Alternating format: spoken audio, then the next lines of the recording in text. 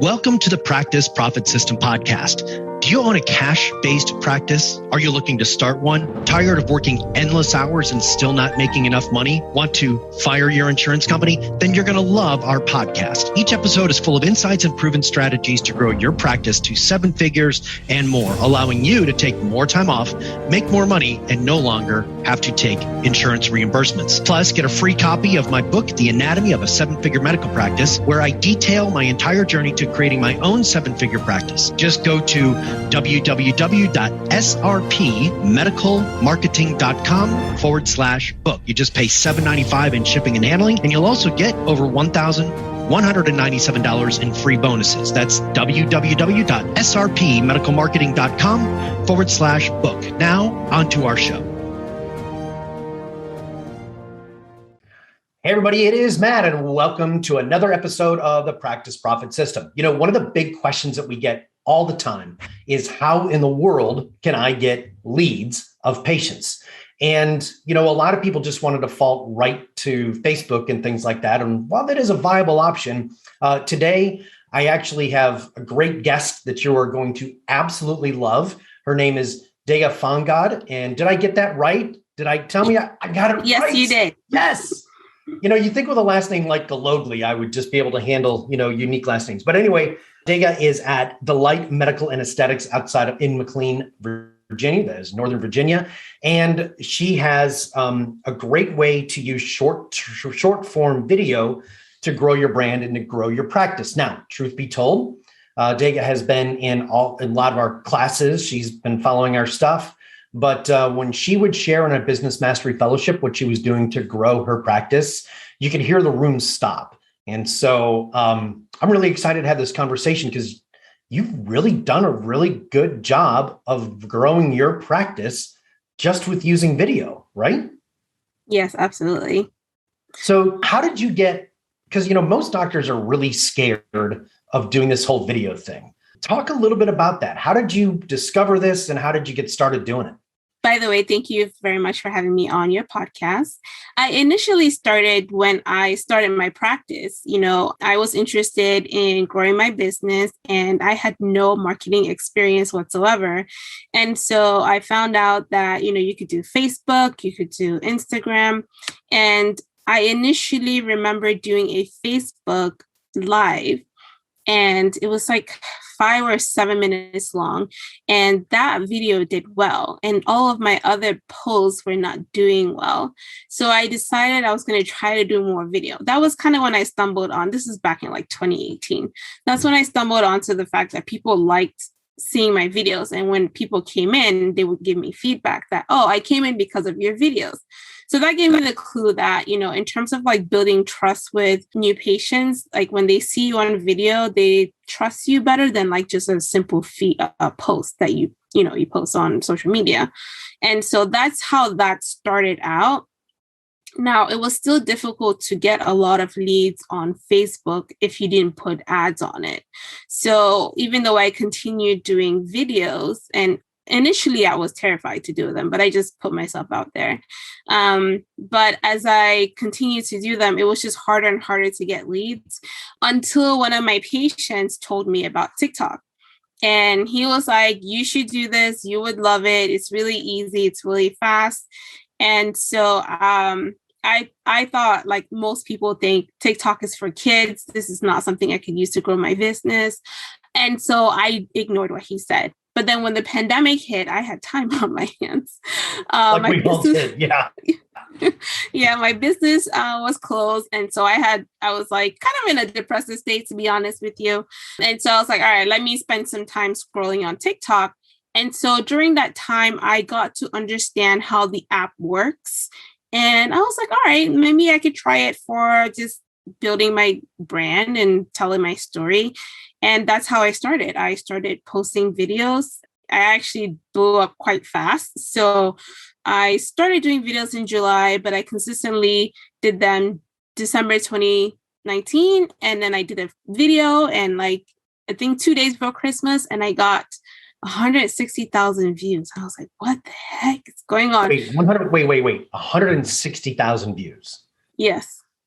From a single video. single video. Wait till you hear. And what were you doing on that video? Like, you weren't like running through the streets with like, I literally told a story about something that happened, like a patient interaction video. Like, I told a story, and I wasn't even advertising my business at that point. So that got a lot of attention. And I was like, oh, okay, this is interesting. And so then the next time I did a video, I did it specifically for skincare. So it was a video about a patient getting a burn from laser hair removal. And so I said, in that video, this is what you need to do if you have darker skin. This is the type of laser you need to use so that this doesn't happen to you. And that video I posted December 29th, and January 2nd, I had 1.4 million views on that video. 1.4 million views. And my phones. So laser burn. So women of color, and that's primarily the market that you focus in on, correct? Yes. Okay. Yes. And so women of color, when they get laser hair removal, they don't have the right setting or the right laser, it causes burns. Yes, absolutely. Yeah, you can get burns if the wrong laser is used, and even if the wrong setting is used. And so that's like everybody's biggest fear, especially if you're darker, because when you get burns, the end result is worsening pigmentation, which is very difficult to treat. So it's really important to like find the right person and right laser for your skin type. So that when you say worsening pigmentation, like, is it a darker splotch? Is it a lighter splotch? It can become darker, which is actually easier than if it becomes lighter, but it can be both. So it's just basically kind of like a disfiguring result. Does that go away if you don't? I mean, does that go away over time, or? For some people, it does. For some people, it doesn't. If it's hypopigmentation, it doesn't go away. This is a major issue for women of color doing laser hair removal. Absolutely. Major issue. Yes. Okay. It made sense that it got a lot of attention, but it's funny. At that time, business was not doing well at all. And so I had just been thinking I might have to close my business because I couldn't get leads. Nobody was coming in. It was 2020. So I got 1.4 million views and my phones went crazy. I was just getting leads. People were just calling, we want laser. That video today has probably made me about $30,000+.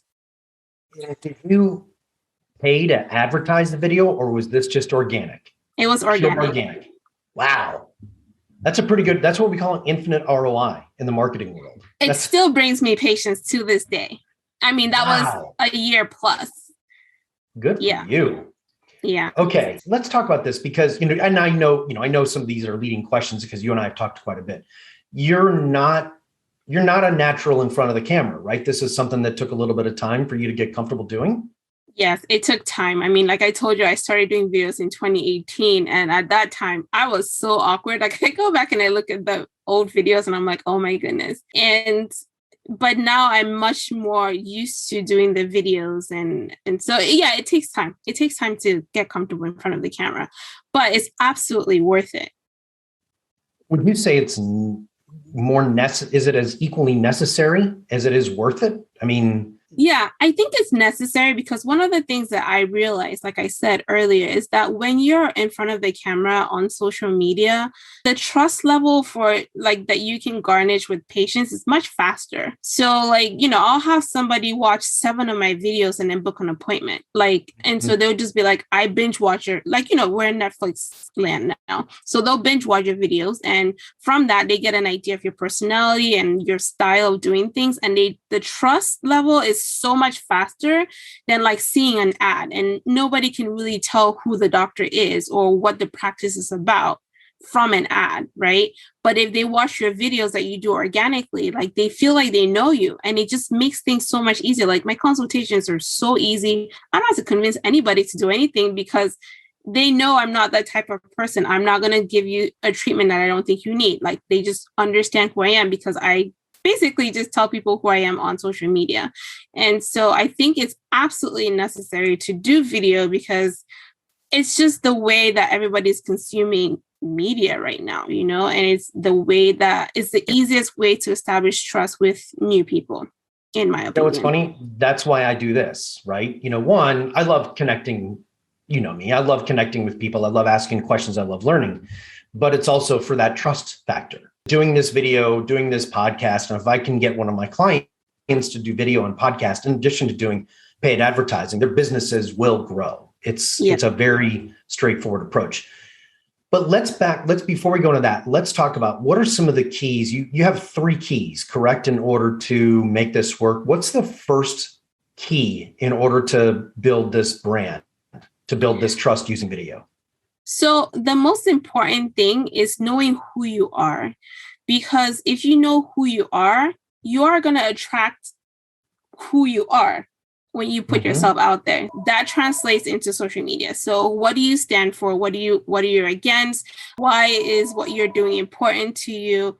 Who are you as a person? You share a little bit. You don't have to share everything, but you need to kind of share some of who you are with the world so that they know a part of you and then they feel like they can relate to you, and that builds that trust, right? So that's the first thing.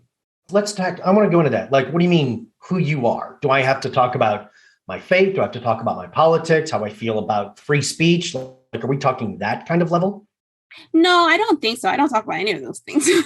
So I don't think so. But I think that in terms of so for example, I talk about skin of color, right? And so within skin of color, I will talk about controversial topics like skin bleaching. I will tell my patients I am against skin bleaching for the reason of becoming light because of all the cultural and all of the issues that come with that. So I will speak very vocally about that. I will talk about my challenges as a Black woman or as a Black doctor in America. Like, that's just, those are the things that challenges? There's challenges. I'm just kidding with you. I'm joking with you. Oh, yes. There's so many challenges.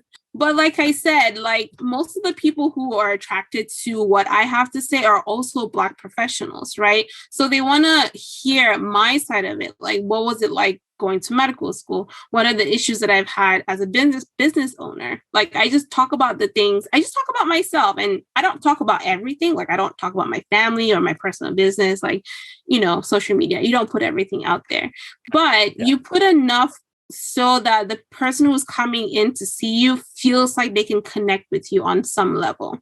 So what you're saying, it's kind of like meeting somebody at a party in the neighborhood. You're not going to dump all your tale of woe on them, right? Yes. You're going to say, I have an aesthetic practice that treats women of color, right? It makes you stand out. Great hook, by the way. That's a perfect, I love your market. What's the second key to make this work? So the second thing is who you're trying to serve. Okay. So in your case, you're serving women of color. I'm serving women of color.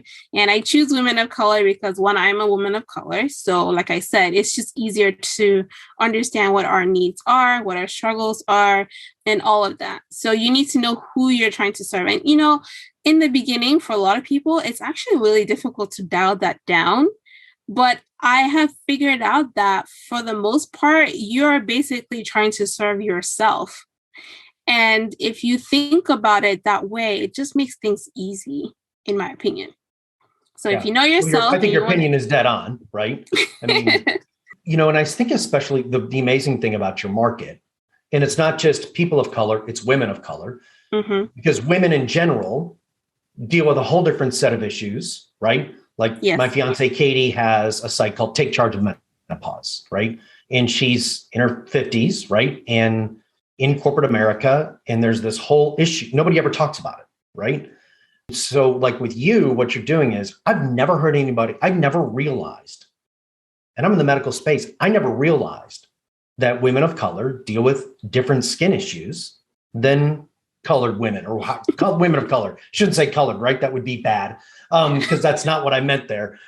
But you know what I mean, right? Like so there's different issues. Give me some more examples, like knowing who you're. Okay, so one, it's about who you are, right? That's your first key. And the second is knowing your market, knowing who you're talking to. Yes. So can you so use the example of bleaching. What would be another example of a topic that would only work in your market? Okay, so for example, we're in an aesthetic market, right? And so when people are doing aesthetics, everybody thinks about anti-aging, wrinkles. They think about fillers, volume restoration, right? That's really not what Black people, for example, are concerned about. they're concerned about hyperpigmentation. That's how Black people or people of color show their age. It's with pigment. It's not with, yes, it's not with wrinkles. I mean, when was the last time you saw a Black person that wrinkled or young? Got to admit, I've never really paid attention. Now you're going to make me pay attention. Pay attention. But, yeah, I see it now that I think about it. Yeah, I see it way more in white women. Right? Yeah. Huh. Never thought about that. Yeah. So when you know who your target is, if you know who you're serving, then you have an understanding of what their issues are. So another example is that I do some hair restoration treatments, and I understand hair practices in African American women, be it with natural hair, with locks, which I have now, or with natural hair, locks, weaves, like all of that. I understand hair practices and I understand all the pathology that can come from that. And so if I'm speaking about traction alopecia, I know exactly who I'm speaking to, right? And I know why they're pulling their hair in a certain way. I know the braid styles. I know all of that. And that's very specific to who I'm talking to. But I only know these things because I've experienced them myself. So it's really easy to talk about these topics. Or, for example, I do my kids' hair, so I know what can go into that. And sometimes, if you're straining your hair and you end up with a burn, and then I have to fix that burn, like stuff like that. So it's important to know who you're talking to. And if you know who you're talking to, then you know what their issues are based on like their lifestyle. So you're not just talking skin, you're also including the lifestyle in there in your marketing and as you're talking to them. And you're talking also about the social stigma, it sounds like. Exactly. Okay, so do women of color deal with more hair loss? Is that a more common thing? It's not that they deal with more hair loss. It's just that hair is very important in our culture. Okay. So having nice hair, long hair, hair is very important. And so, but taking care of it is very time consuming, right?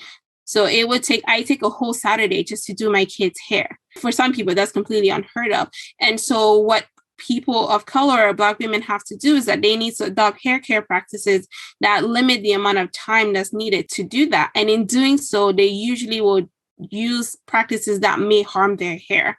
So it's not that they inherently hair loss, it's just that the things that they're doing to maintain their hair can cause problems. And so you have to educate them on, and actually it's funny, I had a nurse practitioner send me a message like, can you please do a talk on how to manage hair in African Americans, because I don't know how to talk to them about it, or I don't know, I feel uncomfortable trying to say stuff because I don't even know what products they use on their hair. Like when they talk about perms, like I don't know, is it a curly hair? Perms of white people and perms of Black people are totally different things. So I can speak to my audience because I understand all of those different things that they're dealing with. I understand what it's like for women to have PCOS and they have facial hair, and that leads to pigmentation, and that always messes with their confidence. Like if you cannot confidently, talk to anybody, like you feel like you have to cover your face. I have people who just don't go outside because, they get made fun of because they have hair on their face and nobody really understands the pathology behind it. They just make fun of you. And it can be quite terrifying, So I understand those things and I can speak to them because I see these patients all the time and I treat this issue. So it's just easier for me to do that. So yeah, you need to understand your audience and what's going on with them. Fascinating. Okay. Then what's the third key in order to create? The third is just the basics of creating a video. So when you're making a video, the most important thing is the hook to get the person to watch the video, because attention spans right now are terrible. So you need something like a shock value. You need a shock value when someone comes across your video. So for example, the video that had 1 million plus views, their first thing they saw was a picture of someone's burn. And then the second thing that I did was I delivered something valuable, an educational point. So I told them the type of laser that's safe for darker skin types, and then a call to action, tell them to follow your page, or if they're in your area, tell them to come to your location. And it's that simple. And you can do that in 15 seconds on TikTok. Okay. And how long are these videos? Are you doing just TikTok, but are you doing Facebook? Are you doing LinkedIn? So TikTok is my primary location for short form content. And I have slowly moved into doing YouTube videos, which I'm still learning, but it's getting some traction as well. And so with YouTube, I'm able to give more information on there for the people who have longer attention spans. Okay. All right. So you're doing these. How often are you doing TikTok videos? It depends. I have ADHD, so I can't batch create content like most people do. Wait a minute. You don't have ADHD, because if you had ADHD, you'd get stuck at the AD something, right? That's because you can't remember what the other two are. Yeah, no, my attention span is terrible. So I do try to batch create, but I would say I make content every day because it's just easier for me. When I see a patient and we talk about something like a topic, if I have 5 minutes in between, I'll sit down and shoot a video and then I keep going. So that's how I do it. But other people can sit down and make videos within an hour. You can have a good chunk of videos. Okay, now I put you on this. I'm going to put you on the spot. Okay. Okay. So let's do it right now. Right? Like you're not going to pull out if you wanted to pull out your phone, you can pull out your phone. Okay. Awesome. What would be a topic that you heard in the last day or two that you think would be great for people to hear on TikTok? Let me see. Let me try to figure this out. So I'm trying to think of my consultations that I've had today. Okay, so very common one is sunscreen. So should women of color wear sunscreen? That's a hook, because everybody's talking about it and nobody wants to wear sunscreen because we think we're Black, we don't get burnt or whatever. So that would be my hook. And then I would give the value. I would say women of color need to wear sunscreen because UV rays can cause worsening hyperpigmentation in their skin. Hyperpigmentation is a problem they're trying to prevent. And call to action would be to follow me more for content for people of color. And that'd be it. It's that simple. And you're literally just taking out your phone and hitting record. Exactly. That's it. Mm-hmm. Okay. So, but you don't go and recommend like what level of sunscreen they should wear, brand or anything like that? So you can, and I do sometimes. And, so you'll do a video. So something like that is a hook, is what I call a hook video. Because even though it's a full video, it's still a hook video because it's going to lead people to ask you questions. And so one of the things I love about TikTok is that you can reply to people's questions with a video. And so when a person asks a question, it'll pop up on the top. And then I can go further into what my recommendations are. If it's an over-the-counter option, I might say you need to wear SPF 30 to 50. And these are the brands that I like, depending on your skin type. Is it oily? Is it dry? Is it combination? Is it mature? Is it teenage? You get the drift. So you have the opportunity to continue to lead on in terms of what you give. And again, with skincare, is really not considered medical advice because it's over-the-counter stuff that you're recommending. It's not like you're giving a prescription or anything like that. So, got it. Now, you're not running any paid ads yet on TikTok. Have you tried at all to run ads? I did try, but it didn't. To me, it wasn't worth it. So one of the things that people don't realize about TikTok is that when you post, it will go to your geographical area first before it goes to the rest of the country or the world. Okay. So it didn't seem like it was necessary. I've tried it. It really didn't bring much in. But if I did my videos, then I would get more people coming in. So it wasn't worth it for me. I think I spent like $100 and it didn't make any difference. So I get better traction with my organic content. Okay. And then now you said you're starting to branch out a little bit into YouTube and Facebook. So how much longer, what kind of length of video do you look to do on those? So on YouTube, I'm trying to do between 3 to 10 minute videos. And those are hard for me because I'm so used to making short form content. And so sitting down and, you have to plan the video, right? You can't just sit down and just spew out nonsense.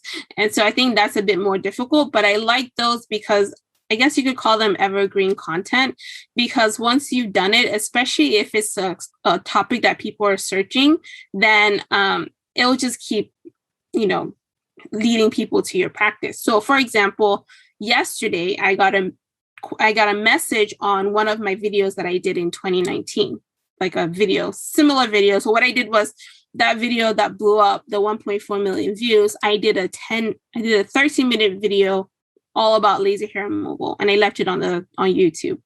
And all of a sudden it's picking up steam. I don't know why it's picking up steam now, but I'm getting more questions. And someone was like, do you know anyone in the DMV, in the DC area that you can recommend? Because someone just burned me and I need to find someone else. I was like, I'm in the DC metro area. So now the videos are starting to, bring people into the office. So. Yeah, I mean, I think your stuff is great. I mean, I watch your stuff all the time, right? And not just because you're a client, but I've watched your stuff prior to that. And I've always thought it was really, really good. I mean, I love the one you did with your mom. That was fantastic. Yeah. That was great. And I like, you do some before and afters too, don't you? Yes, I do. Initially, it was hard to get people to allow me to do before and afters, but now I'm starting to get more people who are comfortable and I can do some before and afters. Yeah. Why do you think they're more comfortable now to give you before and afters? So my younger patients are more comfortable on social media and they understand that they came in because of my before and afters or from seeing other things that are being done in the office. But my older patients just don't want people to know what they're doing. Yeah, that's understandable. Okay. Do you mind if we stick? I want to ask a couple of other questions that are outside of this, if you don't mind. Is that all right? Sure. Absolutely. Okay. And then, I want you to give your site and everything of where people can find out more, because I know you help people do this. But you said something, and I think it's important for people to dive into, especially I find that, doctors, medical professionals, they're not really ones, they carry a lot of inner burden with regards to medical issues. And you said something that you were dealing with some depression back in 2020 when your practice closed. I'm putting you on the spot to talk about this. If that's something you don't want to dive into, that's fine. But since you threw it out there, but when you said you were dealing with depression, what was that? Like, what did it feel like? What was it like for you in that time? Because you and I have shared a lot of your personal stories. I'm not going to, because I know you had a lot of other things going on in the background at the time, right? But when did you first notice that you had depression coming in? A little caveat. And we're doing air quotes, by the way, around depression, right? Like you didn't go to the psych ward. Not that there's anything wrong with going to the psych ward. I just stayed in bed. I just stayed in bed. The little caveat is that when lockdown happened, I was 6 weeks postpartum. So that's one thing. And you don't even need the lockdown to get that. Right. So this was my second pregnancy. I went through a C-section. So in my first pregnancy, I had postpartum depression. So that was kind of part of it. But, I think the hardest part was just knowing that I had spent almost 2 years building this practice and it literally was just gone. Like it was shut down. And, I had to deal with things I never thought about. I had to let go of employees. I had to figure out unemployment for them, for myself. And then I had to figure out, well, how do I make money? How do I sustain myself when everything I do is tied to a brick and mortar business? Yeah, that was hard. What did you do? How did you dig yourself out? What were some of the things you did? So what I did was, thanks to being on video, I actually was going to start working with a skincare company to speak for them. And so because I couldn't speak for them, I got paid to do Instagram lives, to do videos talking about skincare. And that's literally what buffered me until I was able to open my practice again. So 6 weeks post C-section, your second child, dealing with postpartum, COVID lockdown, and all the crap that goes with that, right? Not being able to carry anything. My first wife had 2 C's. I know it's not easy. Looking back at it, how did that change you? I mean, it changed me in so many different ways. One of the things that I learned about myself is I can handle a lot. Yes, you can. I can handle a lot, but I also started to see things as, when you start to look at it from a positive point of view and try to ask yourself, well, okay, why is this happening? How can you benefit from it? It helped me restructure my practice. So prior to COVID, I was not focusing on skin of color. I was just doing aesthetics in general. And so I had time to really look at my books and see who's coming in, what are the issues that they're asking me about. And I took the extra time to learn a lot more about how do you approach skin of color and the terrible thing is, like, I found out there's only 2 textbooks for dermatology for skin of color. And I'm like, what? Like just starting to see the nuances that, people of color has to deal with. Like actual dermatologists don't have education on skin of color. It's like a tiny little 10 pages in an entire textbook. Not the same that they have on business. So yeah, it's right. So yeah, and then also, everything that happened with George Floyd and like that movement, it just kind of, I was just like, and I was terrified to do this. Okay. So I'm an internal medicine physician. I'm not a dermatologist. And so here I am as an internist deciding to go into cosmetic dermatology, focusing on skin of color. That was terrifying. But I think once I went through the pandemic and I got through that, I just developed this courage that I didn't think I had. And I just didn't care what anybody thought. And I just wanted to do what I wanted to do to help my people and to serve my people. And yeah, that's how that came about. You got over the imposter, you moved past the imposter syndrome pretty quickly. I'm not completely over it because now I'm at a point where like dermatologists, like I have derms sending patients to me and I have derms asking me questions. And I'm just like, well, damn, you guys are the dermatologists. Like, should I be actually talking about it? So I still struggle with it sometimes. I'm not going to lie. But it's much better than it was in 2020. Yeah, you should see how I feel. I'm not even a doctor, and I get doctors that ask me about erectile dysfunction. So go figure, how to treat it. I'm like, you realize I'm not a doctor, right? Yeah. But anyway, okay. So, yeah, very interesting. What would you tell somebody that's in a really rough, that's listening to this, that's in a really rough spot, that is dealing with what we call the gray, not wanting to get out of bed, or the black dog of depression? That's what Winston Churchill called it. That's barking that's scratching at the door. What would you tell somebody? So what worked for me was just taking things one day at a time. It was literally trying to live the best day possible. And if I did that, then I could go to the next day. And one of the other things that I really love is just being grateful for what you have. And so when you show gratitude and you really stop focusing on what's going on the outside and say, okay, do I have a place to stay? Do you have food to eat? Can you breathe? Because, for me, for a long time, I couldn't breathe well, right? So I'm like, I breathe every day without issues. Like, this is a blessing. And my kids are healthy. And, you just go to like the very micro granular things that you're grateful for. Like you can breathe the air outside. And you just focus on making that day the best possible day that it can be, right? Do something good for somebody, like just help somebody out with the groceries. Don't think too far out into the future because I have anxiety too. So I'm not putting myself out there. And so, I'm like, all right, well, let's not do that. The only thing I have control over is today. And so let me do the best that I can do for today. And then tomorrow I do the same thing. And I literally take everything one day at a time now. What do you see in the future with this? What do you see this work that you're doing? Ooh, what's kind of that little dent in the universe you're going to make? I'm going to share my dream with you, which is not something that I wanted to put on social media, but whatever.